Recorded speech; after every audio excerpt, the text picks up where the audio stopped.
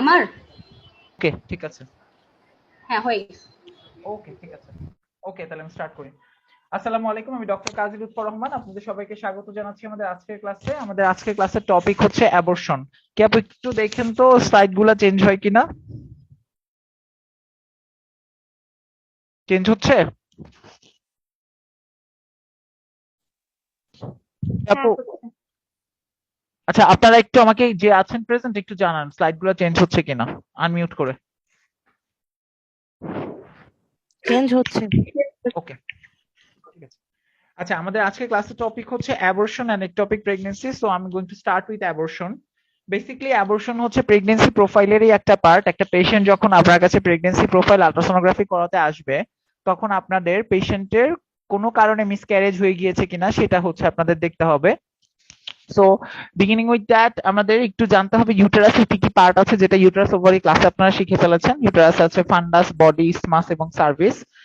আর আমাদের অ্যাবর্শন যখন আমরা আল্ট্রাসোনোগ্রাফি করাবো, ইট মিনস আমরা যখন প্রেগন্যান্সি প্রোফাইল করাবো, তখন আমাদের যেই নর্মাল প্রিপারেশনে আমরা পেশেন্ট পরীক্ষা করি সেটাই আমাদের নর্মাল প্রিপারেশন থাকবে। আমরা পেশেন্টকে পানি খাওয়াবো, অপেক্ষা করব, যখন পেশাবের যথেষ্ট পরিমাণ চাপ হবে তখন আমরা হচ্ছে গিয়ে পরীক্ষাটা করব।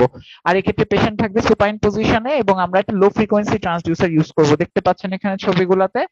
এবং আমরা ট্রান্সডিউসারটাকে এভাবে লংগিটিউডিনালি অ্যাজ ওয়েল এজ ট্রান্সভার্সলিও পরীক্ষাটা করব। আর ফ্রিকোয়েন্সিটা ইউজুয়ালি হবে হচ্ছে 3.5 মানে 3.5 মেগাহার্জ। আর লিনেন্টেন পেশেন্ট হলে সেক্ষেত্রে আমরা 5 মেগাহার্জে দেখবো। সো অ্যাবর্শনের ডেফিনিশন আপনারা সবাই জানেন, এটা আমরা এমবিবিএস এ যা পড়ে আসছি সেটাই। এটা হচ্ছে যে আমাদের termination of the pregnancy before the age of the viability. Viable age বাংলাদেশের জন্য হইতেছে 28 উইকস, মনে রাখবেন। আর এই হচ্ছে অ্যাবর্শনের আপনার নর্মাল টাইপস গুলা, অর্থাৎ অ্যাবর্শনের স্পন্টিনিউয়াস, ইনডিউসড, আইসোলেটেড, রিকারেন্ট, এগুলো অনেকভাবে বলা যায়। বাট মেক শিওর যে এগুলো আপনারা কখনোই কোনো রিপোর্টে লিখবেন না, কারণ এগুলা টোটালি হিস্ট্রি বেসড।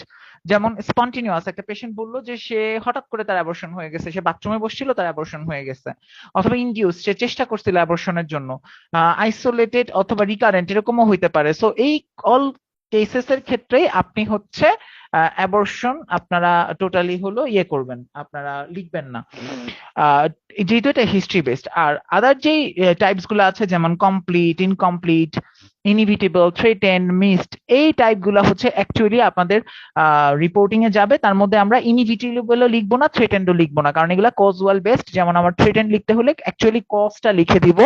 আর ইনইভিটেবল হচ্ছে যে অ্যাবর্শনটা কোনোভাবে প্রিভেন্ট করা যায় না। সো ইন দ্যাট কেস হচ্ছে গিয়ে এটাও আমরা বাংলাদেশে সাধারণত লিখি না। আমরা আসলে তিনটা অ্যাবর্শনের দিকে মেইনলি ফোকাস করব, একটা হচ্ছে কমপ্লিট, ইনকমপ্লিট আর হচ্ছে মিসড অ্যাবর্শন, মনে রাখবেন।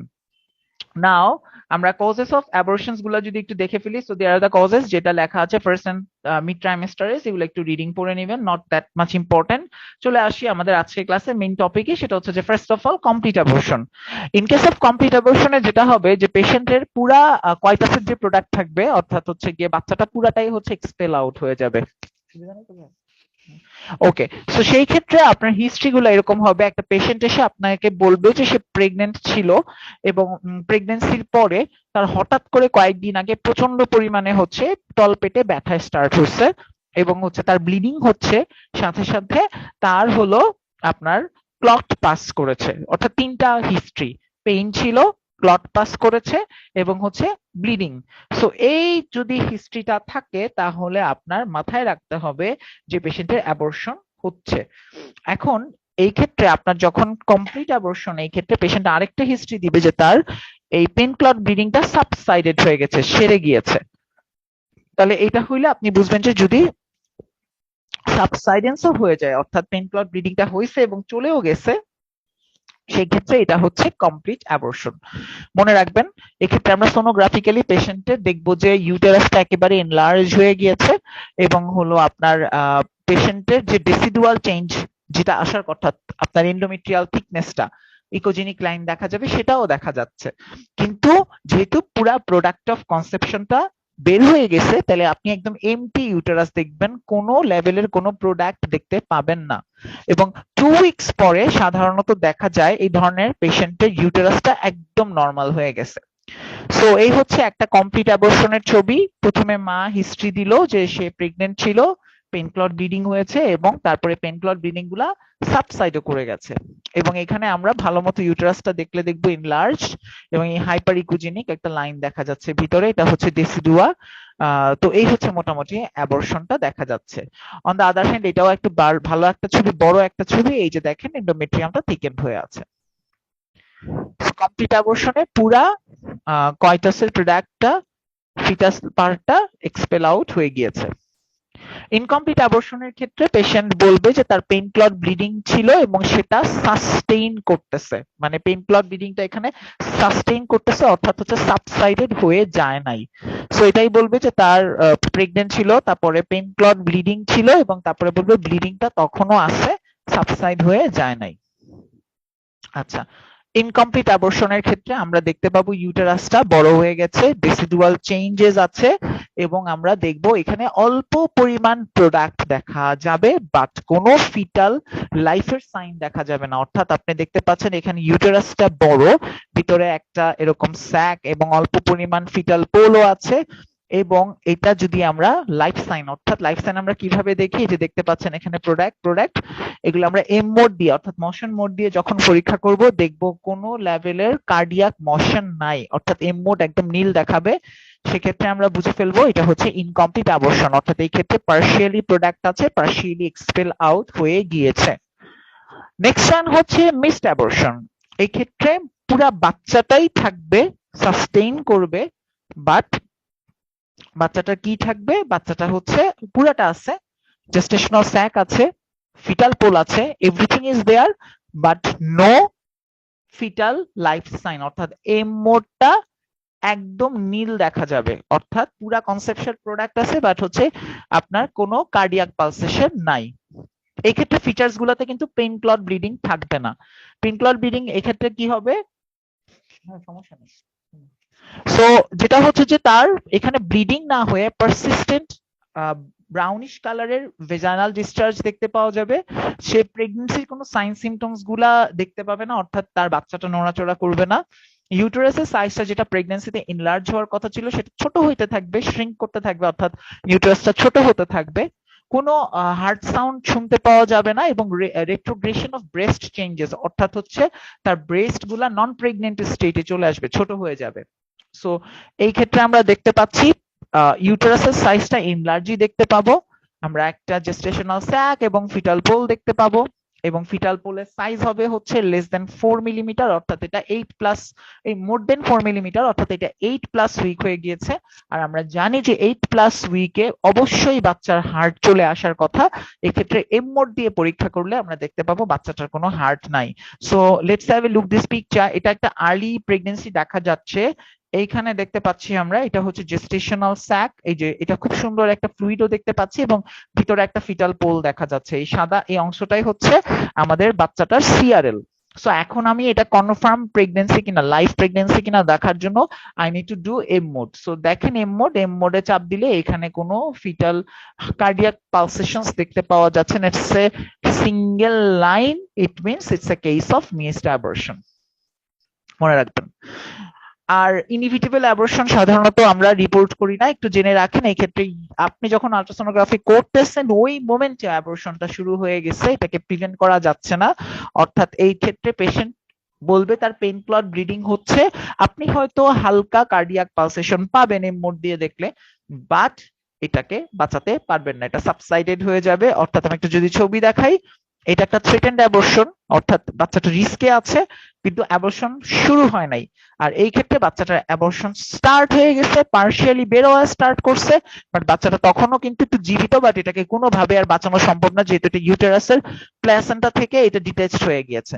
সো এই ক্ষেত্রে বাচ্চাটার অ্যাবর্শন স্টার্ট হয়ে গেছে, এটাকে প্রিভেন্ট করা যাবে না, এটাকেই বলা হবে inevitable abortion. And last one, এখানে পার্শিয়ালি বাচ্চাটা বের হয়ে গেছে, ব্লিডিং হচ্ছে, এটা ইনকমপ্লিট অ্যাবর্শন, আর যখন পুরাটা বের হয়ে যাবে ওইটাই হবে কমপ্লিট অ্যাবর্শন। আর in the case of threatened abortion এটা আমরা পড়বো না, কারণ এটা হচ্ছে আপনাদের প্লাসেন্টা ক্লাসে, ওই যে আপনারা বিভিন্ন সমস্যা দেখছেন প্লাসেন্টার, এই সবগুলা রিস্কি প্রেগন্যান্সি, যেমন আপনার অ্যাব্রপশিও প্লাসেন্টা, তারপরে আপনার প্লাসেন্টা প্রিভিয়া, এগুলো সবগুলাই হচ্ছে বেসিক্যালি থ্রেটেন্ড অ্যাবর্শনের মধ্যে পড়তেছে। আচ্ছা, ফাইনালি আমরা ব্লাইটেড ওভাম দেখবো। ব্লাইটেড ওভাম হচ্ছে একটা অ্যানিমব্রায়োনিক প্রেগন্যান্সি, অর্থাৎ এটা একটা প্রেগন্যান্সি যেই প্রেগন্যান্সিতে আপনার জেস্টেশনাল স্যাক তৈরি হয় বাট কিন্তু কোনো ফিটাল পোল তৈরি হয় না। তাহলে এই ক্ষেত্রে কিন্তু একটা কোশ্চেন করতে পারেন যে স্যার আমাদের যখন প্রেগন্যান্সি ইনিশিয়াল স্টেজে আসে তখন তো সব ক্ষেত্রেই জেস্টেশনাল স্যাক দেখা যায়, ফিটাল পোল দেখা যায় না। তো এটা একটা প্রেগন্যান্সি যে প্রেগন্যান্সিতে জেস্টেশনাল স্যাক থাকবে কিন্তু কোনো ফিটাল পোল থাকবে না। তাহলে কখন আমরা বলবো? যখন আমরা জেস্টেশনাল স্যাকটার সাইজ মাপবো এবং মেপে দেখবো এটা সাইজ মোর দেন 25 মিলিমিটার, ওইটাকেই বলা হয় ব্লাইটেড ওভাম। এই যে দেখেন ছবিটা, এখানে একটা জেস্টেশনাল স্যাক দেখতে পাইতেছেন, এই যে ফিটাল পোল নাই, অর্থাৎ এটা একদম অ্যানিকুইক এরিয়া, এবং এইখানে দেখেন সাইজটা 27 মিলিমিটার। তাহলে এটাই হচ্ছে, যেহেতু 25 মিলিমিটারের উপরে, এটাই হচ্ছে আপনার ব্লাইটেড ওভাম, মনে রাখবেন।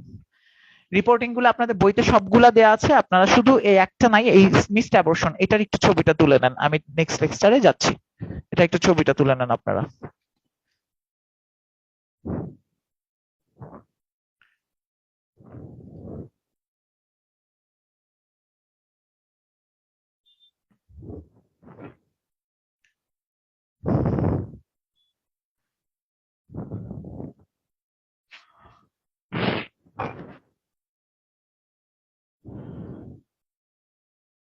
ওকে, আমরা চলে আসলাম একটপিক প্রেগন্যান্সিতে এখন। In case of ectopic pregnancy আপনারা মনে রাখবেন এই ক্ষেত্রে it's type of pregnancy, but এটা হচ্ছে ইউটেরাসের মধ্যে আপনার বাচ্চাটা হয় নাই, অন্য কোথাও চলে গিয়েছে। তো সেই ক্ষেত্রে আমরা যদি একটু দেখি, এগুলা খুব একটা কিছু না, ইম্পর্টেন্ট কিছু না। আপনারা এই ফেলোপিয়ান টিউবের পার্টস গুলা আপনারা নাম জানেন, এটা অ্যানাটমিতে পড়া, আমি এখানে টাইম ওয়েস্ট না করি। এক্ষেত্রে আপনারা পেশেন্টের নর্মাল আপনি আল্ট্রাসোনোগ্রাফি করবেন, করার জন্য যে প্রিপারেশন গুলা লাগবে সেগুলাই নিবেন। একটু আগে যা বলেছি যে পেশেন্ট হচ্ছে ইনটিউব স্টেটে থাকবে এবং হচ্ছে আপনারা যে ট্রান্সডিউসারটা এখানে ইউজ করবেন সেটা আপনার হবে 3.5 মেগাহার্টজ অথবা 3.5 মেগাহার্টজ অথবা 5 মেগাহার্টজ, কারেক্ট গেইনটা সেট করবেন। And now ectopic pregnancy, ectopic pregnancy হচ্ছে a pregnancy where the fetus is present in the unusual place, অর্থাৎ posterior fundal uterus এর কাছে থাকবে না, অন্য কোথাও থাকবে। একটু ছবি দেখেন, এটা অ্যানাটমিতে শিখে আসছেন এই ছবিটা। এই যে বিভিন্ন জায়গায় ইমপ্ল্যান্ট হইতে পারে, একটোপিকে সার্ভিক্সে হতে পারে, মোট কথা ইউটেরাসে হবে না, ইউটেরাসের বাইরে যে কোনো জায়গায় ইমপ্ল্যান্টেশন হয়েছে, ওভারিতেও হতে পারে। এই ক্ষেত্রে আমরা করবোটা কি? আমাদের কাজ হচ্ছে আমরা নর্মালি পেশেন্টের আল্ট্রাসোনোগ্রাফি করব, এবং আপনারা কি দেখেন ফার্স্টে? ইউটেরাসটা দেখেন। ইউটেরাসটা কি হয়ে থাকে? একেবারে ইনলার্জ হয়ে থাকে, বড় হয়ে থাকে। আর কি থাকে? রেসিডুয়াল চেঞ্জেস দেখতে পাওয়া যায়, রাইট? সো এই ক্ষেত্রেও তাই দেখা যাবে, ইউটেরাসটা বড় হয়ে যাবে, রেসিডুয়াল চেঞ্জ হবে, এবং অনেকে বলে এটা কেন হবে? কারণ হরমোনাল চেঞ্জের জন্য হবে। কারণ ওই যে কর্পাস লুটিয়াম থেকে প্রেগন্যান্সির টাইমে প্রজেস্টেরন সিক্রেটেড হইতেই থাকে, এবং আনলেস আনটিল একেবারে পুরো প্রেগন্যান্সি কন্টিনিউ করে সে। কিন্তু এই ক্ষেত্রে ওইটা তো মানে একটপিক হইলেও বলতে পারেন এখানে ইমপ্ল্যান্ট হয় না, কিন্তু ইমপ্ল্যান্ট তো অন্য কোথাও হয়েছে। তাহলে অন্য যে কোনো জায়গাতেই ইমপ্ল্যান্ট হোক না কেন, ইউটেরাসটা এনলার্জ হবেই। So this is the condition where actually আপনার ইমপ্লান্টেশন গুলা হতে পারে। এবং এই ছবিটা দেখানোর উদ্দেশ্য হচ্ছে, এটা একটা আপনার ডিসেক্টেড ইউটেরাসের ছবি। দেখেন ইউটেরাসটা কিন্তু বড় হয়েই আছে, বাচ্চাটা ইমপ্ল্যান্ট হয়েছে কিন্তু আপনার ওভারিতে। তাহলে যেখানে ইমপ্লান্টেশন হোক না কেন, ইউটেরাস এনলার্জ হবেই। সো এখন আমরা একটু ছবি দেখি। এই যে দেখেন ইউটেরাসটা খালি, অনেক বড়, রেসিডুয়াল চেঞ্জ, সিওডোস্যাক সবই আছে, বাট ইমপ্লান্টেশনটা হয়েছে ফেলোপিয়ান টিউবের ভিতরে। সো এই ক্ষেত্রে আপনারা মনে করেন যে ফেলোপিয়ান টিউবের ভিতরে যে হয়েছে এটা বুঝতেছেন না, সমস্যা নাই, আপনারা টিভিএস করতে বলে দিবেন ইউটেরাস বড় দেখে, এবং পেশেন্টের যদি অ্যামেনেরিয়া থাকে বাকিটা টিভিএস এ ধরা পড়বে।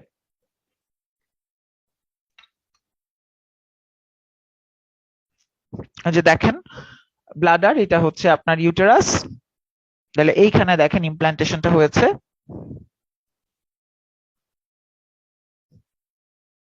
টিউবের ভিতরে। তাহলে এগুলো সব টিউবাল প্রেগন্যান্সি এবং ইউটেরাসটা ফাঁকা। টিভিএস করলে দেখা যায় খুব সুন্দর, এই যে দেখেন এখানে বোঝা যাচ্ছে না, এই ছবিতে দেখেন বাইরে দিয়ে সার্ভিক্সে হয়েছে, এখানেও তাই বাইরে। এই ছবিটা তো ক্লিয়ার না। এটা একটা নর্মাল প্রেগন্যান্সি, ঠিক আছে, কিন্তু কোথায় হচ্ছে? ইউটেরাসের ভিতরে, এই ব্লাডারের কি বলে, ওভারির মধ্যে।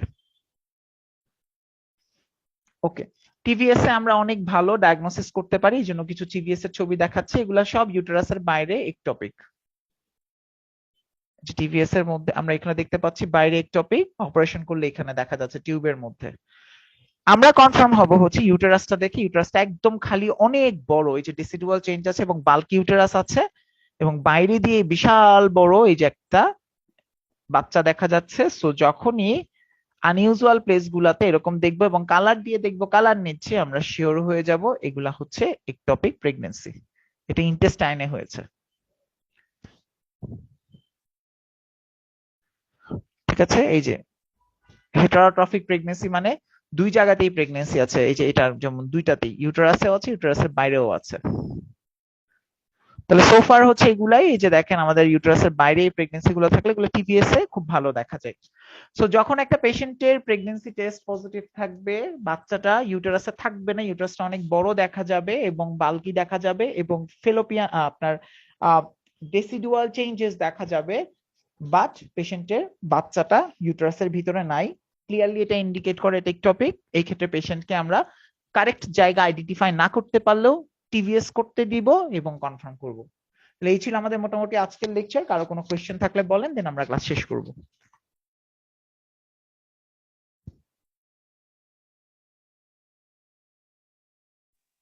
বাল্কি ইউটেরাস আর ডেসিডুয়াল চেঞ্জ এই দুইটা বুঝি নাই, মানে কিভাবে বুঝবো বা কিভাবে আইডেন্টিফাই করবো এটা আপনার বুঝি ইউটেরাস নাই। ক্লাস করছেন? ইউটেরাস ক্লাস করলেই তো এটা বুঝার কথা আপু। ইউটেরাসের ক্লাস করে যে দেখেন এটা হচ্ছে ডেসিডুয়াল চেঞ্জ, এই যে ডেসিডুয়া কাকে বলে একটু বলেন তো, যিনি কোশ্চেন করলেন একটু বলেন ডেসিডুয়াটা কাকে বলে।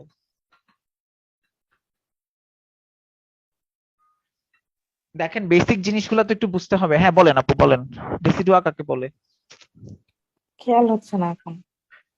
ডেসিডুয়া কাকে বলে আপনি কি জানেন? উম, খেয়াল হচ্ছে না এখন। আপনি কি বুঝেন নাই ডেসিডুয়া কাকে বলে? আপনি কি শুনতে পাচ্ছেন আমার কথা? আমি শুনতে পাইছি আপনার কথা, কিন্তু হচ্ছে আমার এখন মনে পড়তেছে না, আমি সেটা বললাম। ডেসিডুয়া মানে হচ্ছে এন্ডোমেট্রিয়ামটা যে ঠিক হয়ে যায় প্রেগন্যান্সির সময়, এন্ডোমেট্রিয়াল থিকনেসটাকেই ডেসিডুয়া বলে। এই যে দেখেন এটা হচ্ছে এন্ডোমেট্রিয়াম, এই যে এই এন্ডোমেট্রিয়ামটা একটা চিকন লাইন থাকার কথা, এখানে দেখেন ইউটারাসটা এত বাল্কি হয়ে গেছে যে মাঝখানে হাইপার ইকোজেনিক যে এরিয়াটা দেখা যাচ্ছে, এটা কি, এটা এন্ডোমেট্রিয়ামটা মোটা হয়ে গেছে, এটাকেই বলা হয় ডেসিডুয়াল চেঞ্জ। এটা এমব্রায়োলজির পড়া। এনিওয়েজ, আর কারো কোনো কোয়েশ্চেন আছে?